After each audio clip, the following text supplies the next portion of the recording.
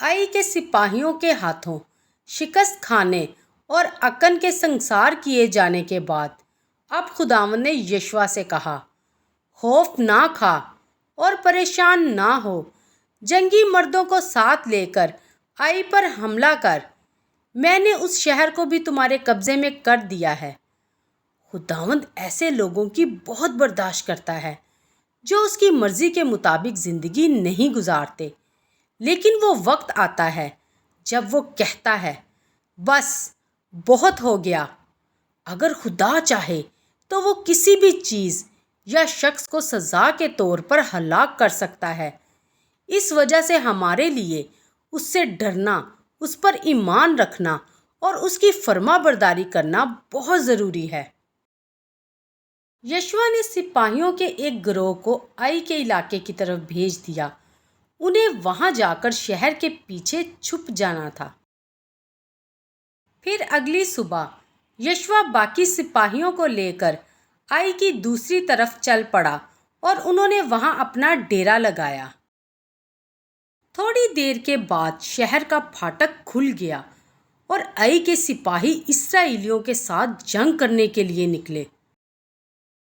वो एक दूसरे से कह रहे थे, देखो वो हमसे डरते हैं और अपने आप को बचाने के लिए भाग रहे हैं, आओ हम उनका पीछा करें।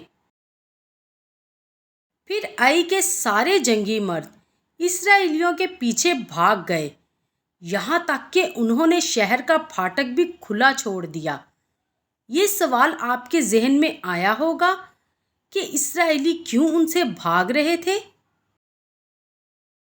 आप देखें कि उस वक्त यशवा क्या कर रहा था। उसने अपनी तलवार जो उसके हाथ में थी आई की तरफ बढ़ाई।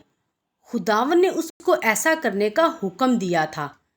ये एक निशान था कि खुदावन ने उसे बताया कि मैं इस शहर को तेरे कब्जे में कर दूंगा।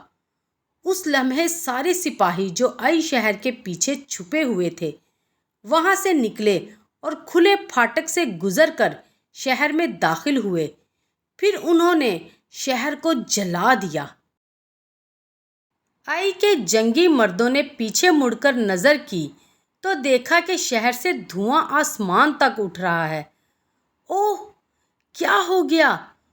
उसी वक्त वो इस्राएली सिपाही जो पहले उनसे भाग रहे थे मुड़कर आई के सिपाहियों पर हमला किया।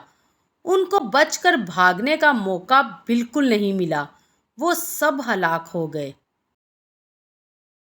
इस्राएली सिपाही अपने डेरे वापस चले गए। इस मौके पर खुदा ने उन्हें शहर में पाए जाने वाले जानवर और माल अपने लिए लेने की इजाज़त दी थी। इसी तरह खुदावन ने इस्राएलियों को बरकतों से माला माल किया। फिर यशवा ने एक कुर्बान गाह बनाई और उन्होंने खुदावन के आगे कुर्बानियाँ गुजरानी और उसकी तमाम बरक़ात के लिए उसकी शुक्रगुजारी की। इसके बाद यशवा ने पत्थर की वो 2 तख्तियाँ जिन पर मूसा ने खुदावन के अहकाम लिखे थे ले लिए और सब आदमियों, औरतों और छोटे बच्चों के सामने खुदावंद की सारी बातें पढ़कर सुनाई ताकि वो अच्छी तरह जाने कि खुदावंद को खुश करने के लिए वो कैसे ज़िंदगी गुजारे। बाइबल मुकद्दस में आप खुदा की बातें पढ़ सकते हैं ताकि आप भी जानें कि वो आपसे क्या चाहता है और ये कि आप किस तरह ज़िंदगी गुजारें ताकि वो आपसे खुश हो।